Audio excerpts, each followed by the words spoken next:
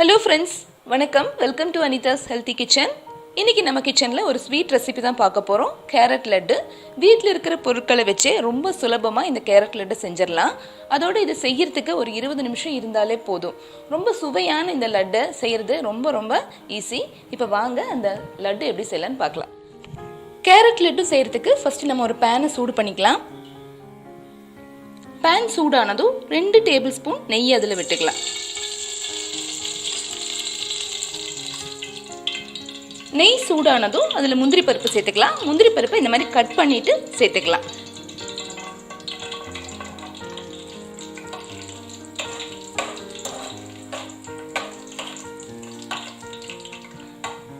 முந்திரி பருப்பு நல்லா ஃப்ரை ஆனதும் அதை எடுத்து வச்சிடலாம்.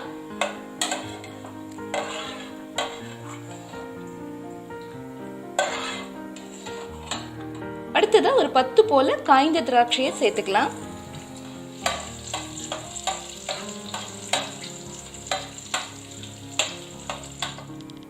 இப்போ திராட்சை ஃப்ரை ஆயிடுச்சு. இதையும் எடுத்து வச்சிடலாம்.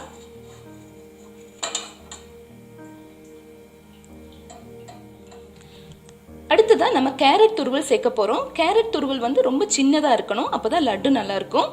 இப்போ இதை சேர்த்துக்கலாம் நெய்யில்.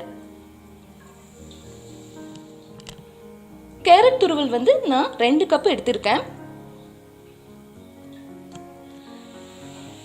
இந்த கேரட் துருவல் கொஞ்சம் வதங்கி சாஃப்ட் ஆகணும். அது வரைக்கும் நம்ம இதை நல்லா கிளறி விட்டுட்டே இருக்கணும்.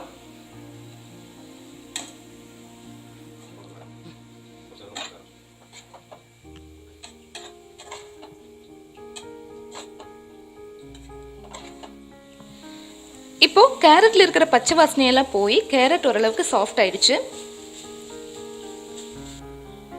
இந்த டைம்ல நம்ம 1/2 கப்பு தேங்காய் துருவலை இதில் சேர்த்துக்கலாம். தேங்காய் துருவியதும் நீங்க மிக்சியில் ஒரு சுத்து சுத்திட்டு அதுக்கப்புறமா இதோட சேர்த்துக்கங்க.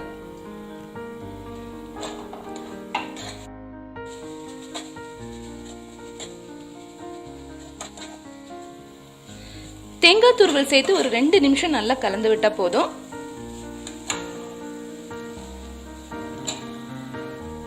இப்போ இதுல ஒரு 1/4 கப்புக்கு கொஞ்சம் அதிகமா பால் சேர்த்துக்கலாம்.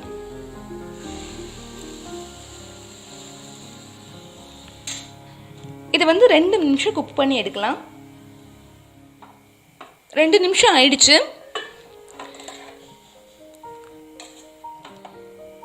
இந்த டைம்ல நம்ம சர்க்கரை சேர்த்துக்கலாம். நான் 1/2 கப்பு சர்க்கரை சேர்க்கிறேன். சர்க்கரை சேர்த்து இதை நல்லா கலந்து விடலாம்.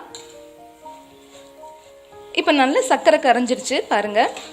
இன்னும் ஒரு 5 நிமிஷத்துல இது நல்லா செட் ஆயிரும்.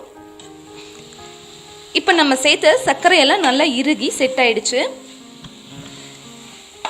பாருங்க. கலரே சேஞ்ச் ஆயிடுச்சு. இப்போ இதுல ஒரு 4 ஏலக்காவை 1 ஸ்பூன் சர்க்கரையோட சேர்த்து நல்லா பொடி பண்ணி வச்சிருக்கேன். அதை சேர்த்துக்கலாம்.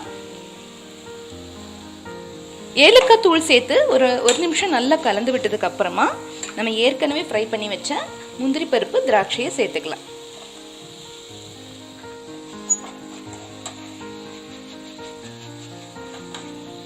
கடைசி இதில் ஒரே 1 டீஸ்பூன் நெய்யை சேர்த்துக்கலாம். இந்த நெய் சேர்க்கும் போது லட்டு நல்ல வாசனையாகவும் இருக்கும். அதே நேரத்தில் லட்டு பிடிக்கும் போது நம்ம கையில் ஒட்டாமல் வரும். இப்போ இது ரெடி ஆயிடுச்சு. நம்ம ஆஃப் பண்ணிடலாம். நான் ஒரே ஒரு விஷயம் முக்கியமாக சொல்லணும். நம்ம லட்டு எப்பவுமே செய்யும் போது ஃபர்ஸ்ட் இருந்து லாஸ்ட் வரைக்கும் நம்ம ஒரே மிதமான சூட்டில் வச்சுட்டு தான் நம்ம இதை லட்டு செய்யணும். இப்போ இது கொஞ்சம் ஆறட்டும். கொஞ்சம் சூடாக இருக்கும்போதே நம்ம லட்டு பிடிக்கணும். அப்போ தான் அது கரெக்டாக வரும். கன்சிஸ்டன்சி கரெக்டாக இருந்தால் இந்த லட்டு ரொம்ப சூப்பராக இருக்கும். இப்போ எல்லா லட்டையும் இதே மாதிரி நம்ம ரெடி பண்ணிடலாம். இந்த ரெசிபி உங்களுக்கு ரொம்ப பிடிச்சிருந்ததுன்னா கண்டிப்பாக வீட்டில் ட்ரை பண்ணி பாருங்கள். அதோட லைக் பண்ணுங்கள், ஷேர் பண்ணுங்கள், சப்ஸ்கிரைப் பண்ணுங்கள். இதே மாதிரி ஹெல்த்தியான ரெசிபிஸோட அடுத்த வீடியோவில் நான் உங்களை சந்திக்கிறேன்.